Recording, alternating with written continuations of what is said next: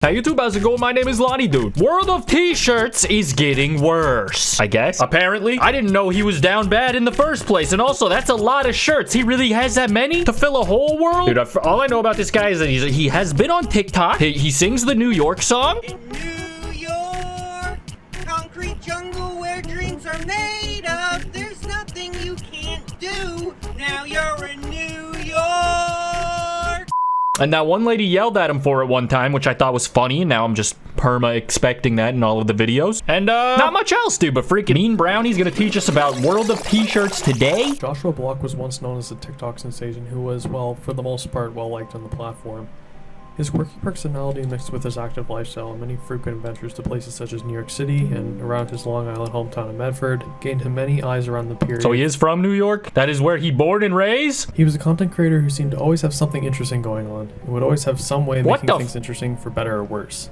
What is that? Joshua has this better not be another... Oh my god. That better not be Din Din time. One of the main contributing factors to his general quirks and behavior. And though this certainly does not pose as a full explanation to his behaviors and actions, as mentioned above, it is definitely a key contributor to his overall quirky behavior and is an important point to note nonetheless. Dude, he's just kind of quirky. I kind of relate to him on that. I am also a quirked up white boy myself. Me and some guy named Josh. We both got glasses and swagger.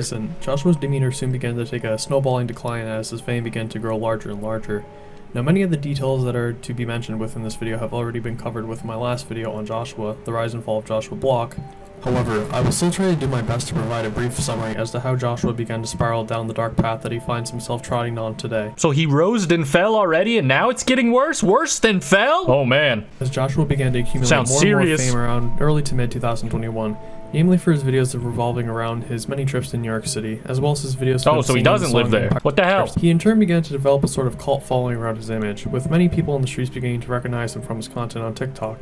In fact, this fame at one point became so much that fans would often gather in New York City and purchase billboards of Josh within Times Square, usually showcasing his dancing videos to the world to see. This era we could say was around the absolute peak of Joshua's TikTok fame. However, this fame would prove to be too much for the 20-year-old Joshua Block to handle. Around this time, one could say that Joshua found himself wrapped within one of his first minor controversies. Spring of 2021, Joshua was clearly getting fed up with being approached in the streets of New York City while on his usual rounds. As a result of this general annoyance, Joshua would announce that if anyone wanted to have a photo or video taken with him, then they would have to pay him $50 first. Put off many fans, as they began to see Josh as arrogant and money-hungry. It is a steep price for a photo with the king of New York, but I mean, if you're gonna freaking... It really just depends what you're gonna use the photo for. I mean, that photo could take you a lot of places. I'm just saying, $50 might be a worthy price to pay to some people. Shout out Larry Fisherman in the chat. As well, people began to observe a noticeable change within Joshua's behavior around this time, with many beginning to complain that Joshua was beginning to become very rude and unapproachable within real life. Joshua's newfound agitated attitude began to also rub off on his fans, who began to slowly lose respect for the once tame figure. This also resulted in the beginning of many people beginning to mess around with Josh, and as you could imagine, his community began to become a breeding ground for trolling, and his legacy as a lol cow would begin to be etched into internet history. Around this time also, Joshua found himself entangled in his first real controversy. A fan recorded himself giving Josh a fish from a pond, which the fan recording claimed was already dead. Upon hearing this, Joshua decided to take the dead fish and batter it up by throwing it on the ground and you can't even see anything. Hopping on it multiple times. This is like the least vicious looking clip of any. I would have just thought this was nothing. This is me sister's Snapchat story. Don't mind her. She doesn't mean it. Many having questions as to the kind of person Josh really was or was capable of being.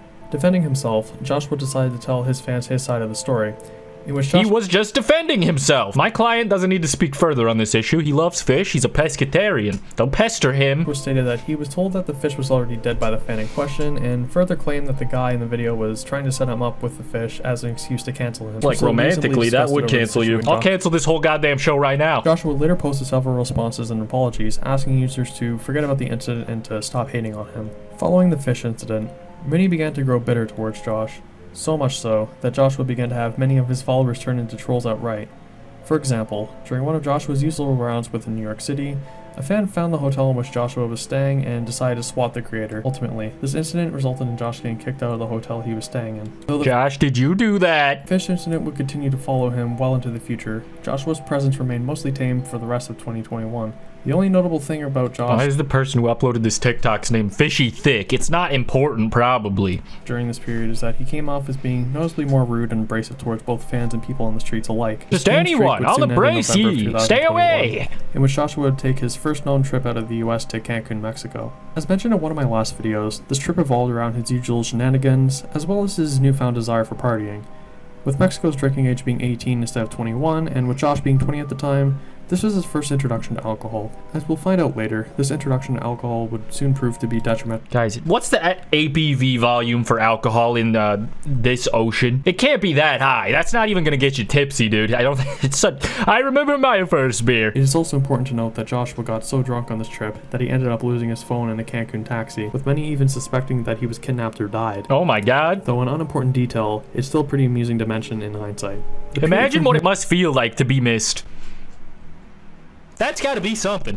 Here to August 2022 proved to be fairly mundane. Besides Joshua taking a second trip to Cancun and pulling his usual partying shenanigans, Josh took his learned Cancun partying antics into the streets in New York City. As soon as he turned 21. This white boy tweaking. Joshua went from partying a decent amount to partying heavily. This trend would only continue to snowball until Joshua's partying antics saw him partying every single day. He's fucking got the Miller Lite in hand, dude. He going buck and wild. Of course, with this partying came heavy drinking. For almost every night since this period, fans would observe Joshua drinking heavily every single day of the week. His alcohol dependency mixed with his desire for any sort of attention and lack of social awareness did not pair well. Around this time also, Joshua met a 62-year-old man named Michael Quinn, who claims to be a multi-millionaire who owns a hot dog street vending business in the city, Feltmans of Coney Island. Not exactly credentials often fake, I imagine. He probably does own something of a hot dog cart, even if it is a passion project. I'm willing to give him the benefit of the doubt, okay? Between the two of them, many grew concerned when Quinn entered Josh's life, and who was to know exactly what Quinn's intentions with Josh were. As well, many were put off with Quinn's overall narcissistic-like demeanor. He kind of looks like Hank Schrader from Breaking Bad. It's safe to say that Quinn is a universally detested figure in the World of T-shirts community for his scamming, clout chasing, and mismanagement of Josh, all while he claims to be, quote, just a great guy, according to himself. You better not mismanage my mans. It's also often speculated by fans that Quinn's intentions with Josh are much more sinister than meets the eye, and that Josh is actively being groomed by the man. As well, Quinn is also the organizer of Josh's New York City tours, which would soon become a huge source of income for Josh. Fans would pay $40 to walk around New York City accompanied by both Josh and Michael Quinn. Though the tours mostly involved Michael Quinn solely talking about the history of certain areas in New York City, most, if not all, patrons of the tour would solely come to see and meet Josh. Bro, I am not gonna lie to you. If you are taking a tour of New York City accompanied by your favorite TikToker, you are getting scammed. Like, I'll be the one to let you. They are not gonna put that on the poster, but that is a scam. They will promise what they deliver, but listen, do you hear yourself right now? You sound ridiculous. He's not a historian, dog. He's a funny TikTok man. You see, takes one to know one is all I don't know what I'm saying, actually. Though some fans were genuinely interested in simply meeting and I just simply do not believe in this business model, but get your bag, obviously.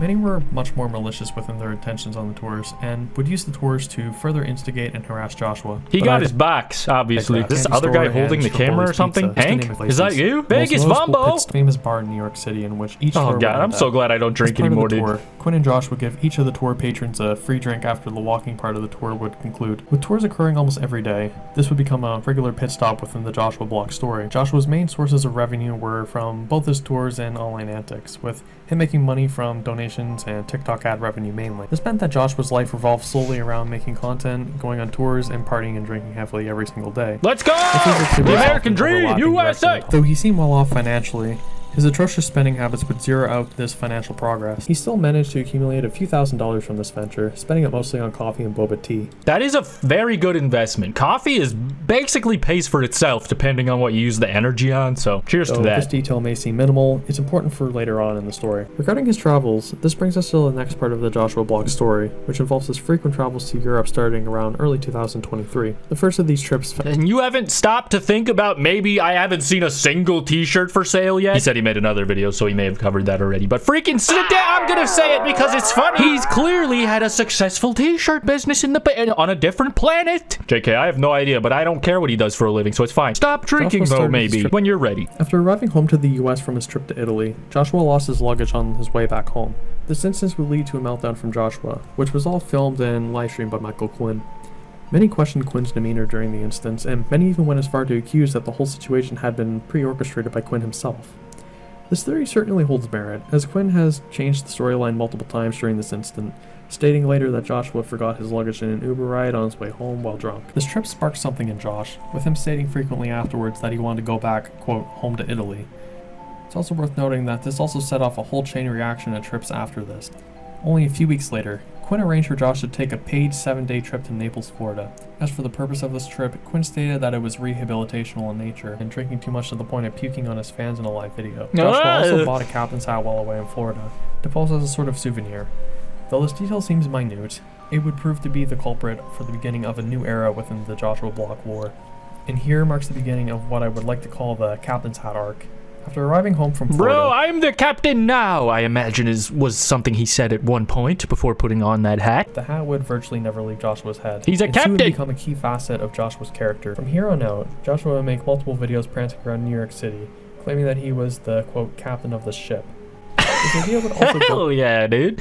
And I'll sue anyone in New York who says otherwise. Want to instill a new flavor You'll be hearing from my lawyer, Josh, in which many would begin to take note of. This captain's hat and bold personality made Joshua stick out like a sore thumb, and as expected, people began to notice him in public more and more due to his bizarre appearance and demeanor. What are these usernames, dog? Who's freaking... who's posting these? Stating that he, quote, did not get paid enough for this, all after making a huge scene. Some train car Oh, it's Feldman's Hot Dogs. Feldman's Hot Dogs. Nothing else. Joshua would find himself frequently getting his hat stolen by people in the streets. When his hat would get stolen, it would almost always lead to a full-on meltdown on Joshua's behalf, paired with his usual drunkenness and... Bro, I would not snatch that captain hat off of his head. You know it's a felony to take a captain's attire, right? This ain't no fucking around, dude. This is serious. He works here in the sea. His hat is most always given back to him in some way, shape, or form. Well, that's good. All's well that ends well. I, for one, would be goddamn pissed off if someone took my favorite hat that I got from lonniedos.com, dude. Perfect holiday gift during the season of hat wearing. In fact, I'll goddamn wear it the rest of the video. All right, let's continue. Around this time also, yes, Joshua the hat drama from the captain's log. Around Europe. Most notably, it was roughly around here that in the summer of 2023 that Joshua would find himself taking 2 separate trips to Iceland for about 2 days at a time. Subtle flex? As Joshua would find himself being the target of constant harassment by the locals. I didn't know they had TikTok in Iceland. Next you're gonna tell me it's green there. Well, Joshua ended up biting the guy who stole his hat during this incident, though admittedly at this point Joshua was put into a headlock by the same guy. Oh my god. He was at one point told that he was being hunted down by the, quote, Icelandic mafia, which resulted in another mini freakout. As well, Josh had a large crowd of fans recognize him on his trip to Iceland, in which he was most always swarmed by a huge crowd of people. And of course, many of these people did not exactly have the best intentions in regards to their interactions with him. Met a group of guys who's riddled with constant harassment. Bye bye, Captain. It is safe to say that Joshua somehow made a big name for himself in Iceland, and in turn, this resulted in constant fan interactions for better or worse. Of course, as mentioned before, despite the constant harassment that came with his Iceland excursion, Joshua found himself back in the country only a few short weeks later. Many were not sure why this was, as not only was the last trip so recent, but as well consisted of many incidents of harassment. Regardless, for whatever reason, Joshua was inclined to go back for 2 days and relive the experience. Many also suspected that Joshua enjoyed the attention he got in Iceland, essentially being treated as almost a local celebrity, harassment aside. After these trips, Joshua would continue to find back to New York, baby! The Big Apple! Going crazy! Harassment around New York City as always. For example, around this time Joshua would meet a new character, Mr. Based, a former New York City pimp and present-day IRL live streamer on YouTube. While doing one of his usual tours, Mr. Based would approach Josh and engage with him on the streets. Joshua, of course, would not take well to this harassment, and in turn would snap only a few short seconds into the video. You see how everyone's following him around the streets of New York? That's because he's the captain. The live streamer to, quote, scram, followed by his usual lawsuit and, quote, unemployed blitz lines. Who are you? Fucking unemployed brat! Yes! Yes! Ah. Who are you? You scream like a... Go away! Who are you and I'll go? Go away! Mr. Beast on YouTube! I'm the king of New York! I'm the king of New York! What sets this incident apart from from all other ones is that Mr. Beast could be said to be on an equal caliber of craziness as Josh is, and in turn I thought he said Mr. Beast. I was like, what the fuck? Josh's behaviors right back at him. Mr. This Beast! behavior would go on I'm in front of Wikipedia! Except this time Josh would splash a cup of beer at him. And I thought you were the best one, aren't you? Drink on me! Bro, are you fucking... This in turn aggravated Mr. Beast, and with this saw him chasing Josh up and down the streets in New York City. Joshua rarely, if ever, goes back home to his grandfather's residence. However, many have also suspected that Joshua is sleeping on the streets around the city. As well, this is further emphasized by the fact that New York City is anything but an inexpensive place to be, let alone to be constantly vacationing in. Joshua is known for wearing the same exact outfits for oftentimes months at a time, and has even gotten to the point where his lack of hygiene became a genuine point of concern to fans. During a more recent hat-stealing incident, Joshua was recorded having a public meltdown, screaming and stomping on a random picnic table while being surrounded with a crowd of people recording him and egging him on. With all this being said, if you made it this far, I'd like to thank you for the view. I know that this video is definitely a much longer one than originally anticipated, however, Joshua is an extremely complex character, and there's no real black or white answer as to how he got himself into this condition that he finds himself in today. Dang, dude, that's sad. I hope it's not all as bad as it seems. Freaking shout out to Mean Brownie for making this video and compiling all of this information, dude. What tree? It's still up. Oh. What the hell? It is January 9th. They do this every year. Yeah, yeah! Concrete jungle where dreams are made of. There's nothing you can't do. Now you're in New York. Dude, I think he'll get his act together. You just gotta stop drinking alcohol. It's freaking literally the devil, dude. It's poison, so bad for you. And I'm speaking from experience, dude. I freaking quit drinking almost 2 years ago now, and my life has drastically improved from it. I would recommend that to anybody who thinks that maybe they would benefit from that too. I don't know. Not to get too preachy at you. Freaking shout out Josh, and freaking shout out to you for watching this reaction video, dude. I appreciate you. Hit the like button if you enjoyed it. Helps me out a lot. I always appreciate it. Hope you guys had a happy Thanksgiving and a good holiday season so far, and I'll freaking see you in the next one. Thanks for watching, boys. Peace.